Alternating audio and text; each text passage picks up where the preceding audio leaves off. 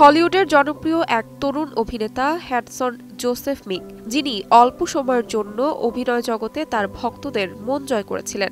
গত সপ্তাহে যুক্তরাষ্ট্রের আলাবামার ভেস্তাভিয়া হিলসে চলন্ত গাড়ি থেকে ছিটকে পড়ে বেবি ড্রাইভার সিনেমার জনপ্রিয় এই অভিনেতার মৃত্যু হয়েছে বলে জানিয়েছে পিপলস ম্যাগাজিন। মাত্র ১৬ বছর বয়সে প্রাণ হারালেন এই হলিউড তারকা।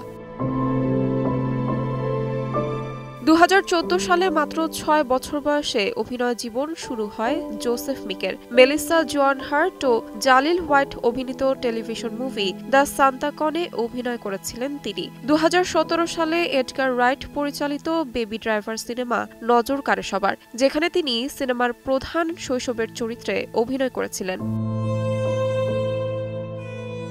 স্থানীয় গণমাধ্যমগুলো জানিয়েছে, দুর্ঘটনার পর মিককে যুক্তরাষ্ট্রের ইউএবি হাসপাতালে নিয়ে যাওয়া হয়। তার আঘাত ছিল অত্যন্ত গুরুতর।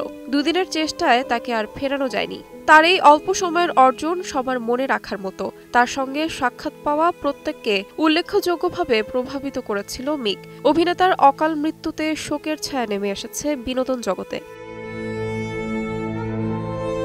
তাহমিনা তন্নি, সময় সংবাদ।